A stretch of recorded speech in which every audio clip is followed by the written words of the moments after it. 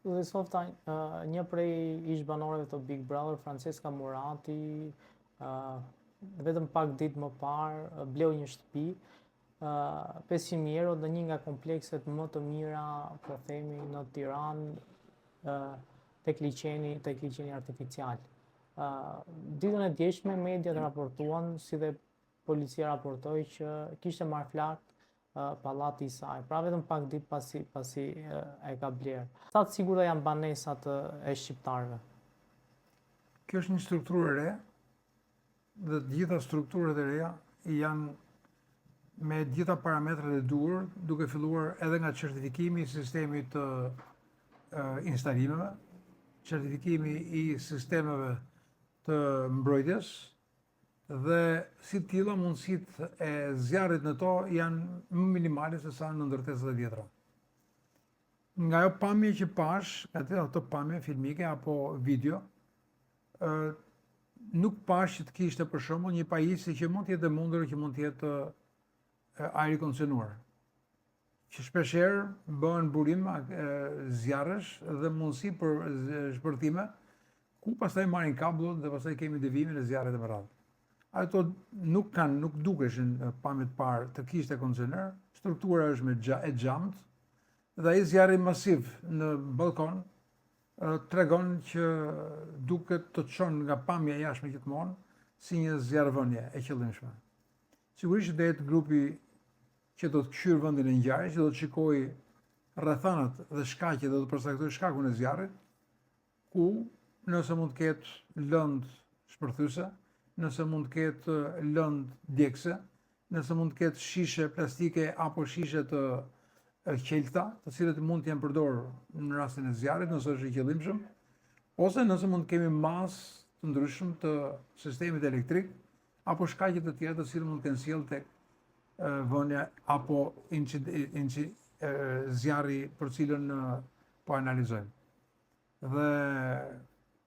Por një ndërtesë e pabanuar, e sapo marrë, një ndërtesë që është në ndërtim nuk e di a ka arritur të jetë dorëzuar si pallat, sepse dorëzimi i pallatit do të thotë certifikimi, kushtet, kondicionet, sistemet e mbrojtjes, flasim sistemet elektrike, panelet e tjerë. Sot të gjitha strukturat kur dorëzohen do të jenë të certifikuara. Pastaj merren dorëzim dhe pastaj mund të fillojë pavarësisht se një pjesë e njerëzish, edhe pse janë me vinç, nuk kanë mbaruar, futen brenda dhe fillojnë dhe jetojnë.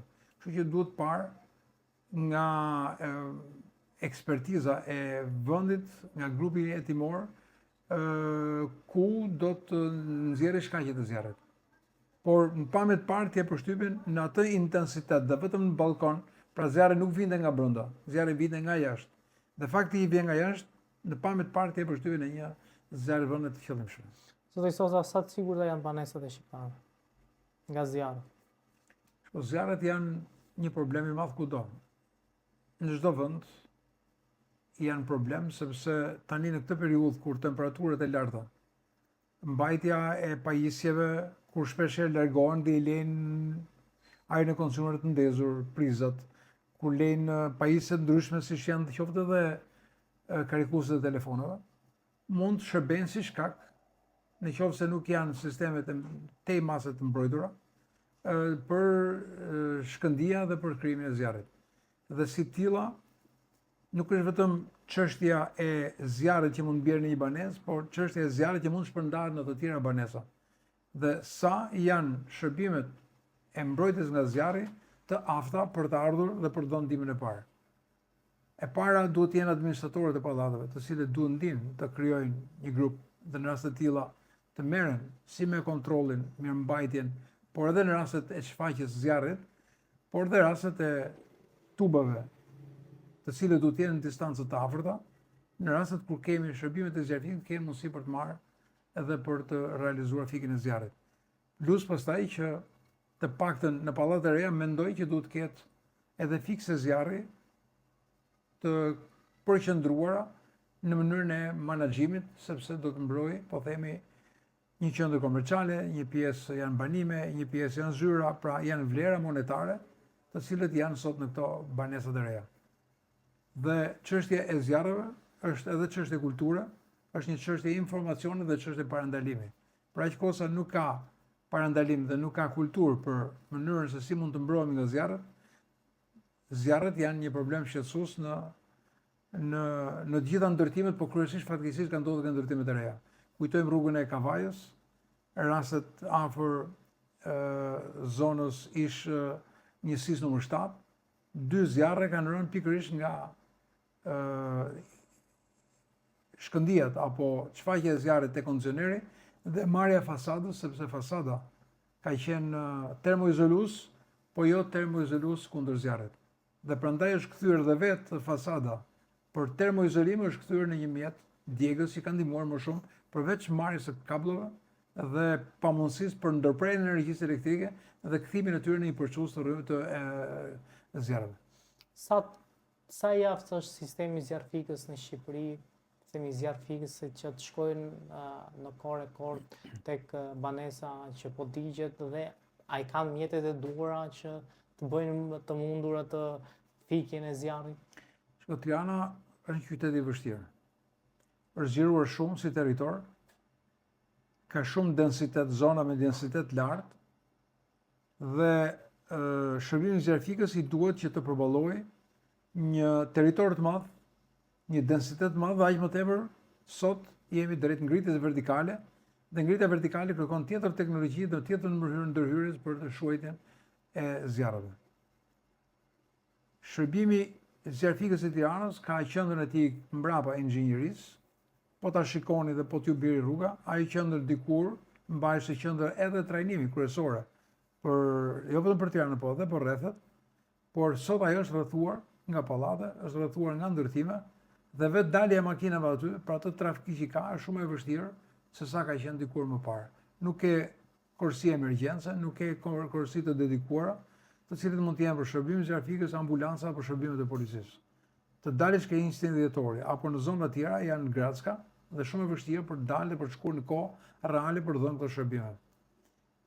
Pavarësisht se ka disa reparte të reja të ngritura, siç është Kamza, zona e Don Boskos, pra ka disa shërbime, të cilët janë qendra më të vogla për mjetet zjarfikëse, përsëri mjetet zjarfikëse nuk janë të një niveli bashkohor, një pjesë e makinave të marra në forma ndryshme, dikur nga Çekia, nga Anglia, nga Italia dhe vende tjera, shpeshherë pjesët e këmbimit apo pjesët bazë të mbërthimit të tubave, të ndryshimit të dimensioneve, krijojnë një lloj vështirësie. Janë mjetet e mbrojtjes tyre që kanë nevojë për të përmirësuar dhe kanë nevojë për një shkollë që me sa dim duket ka filluar që të certifikojë për shërbimin e zjarfikës. Shkollë e cila duhet përgatisë një zjarfikës mirë për gjitha rastet e zjarreve. Ngritja në lartësi e bën shumë të vështirë, sepse shkallët dhe mënyrat e ngjitjes deri në një farë pike e bëjnë atë të mundur. Por zjarret e mëdha, marrim dhe rastin e Dubait, që në vende me një teknologji të lartë, me sistemet e mbrojtjes tepër të sofistikuara, ai zjarr masiv në atë ndërtesë të madhe është pothuajse i papërballueshëm dhe i pamundur për të krijuar mundësinë që të luftojë zjarrin një punonjës i shërbimit zjarfikës. Pastaj lagjet, rrugët, rrugëtitë të Tiranës për shkak të problemeve që kanë me parkimin në toksor janë problematike. Sot nuk ecën dot në këmbë një çantë, jo të hysh me shërbimin e zjarfikës. Ka ndërtime pa leje, rrugët janë bërë të ngushta, parkimet e dëndura me njëra tjetrën bëjnë pamund të kalojnë qytetarë jo më të jepet një shërbim zjarfikës. Kështu që kjo kërkon një plan emergjent për mënyrën e mbrojtjes nga zjarret, sepse edhe mjetet dhe e teknologjia është e vjetruar. Shikoni zjarret që kemi çdo vit, përpjekjet që bën shërbimi i zjarfikës në Pyje, zonat e jugut kryesisht, dhe her pas here marrim ndihmë nga vende të fqinj, vijnë avion nga Greqia, vijnë helikopter nga Greqia, nga Italia dhe vende të tjera për të dhënë ndihmë, sepse Shqipëria nuk i ka kushtet dhe mundësinë që të ketë si për pyjet, ashtu edhe për rastet masive për të dhënë ndihmën e parë. Plus pastaj që nuk është vetëm zjarri, është dhe ndihma që duhet t'i jepet njerëzve dhe qytetarëve, të cilët mund të jenë të dëmtuar gjatë këtij zjarri.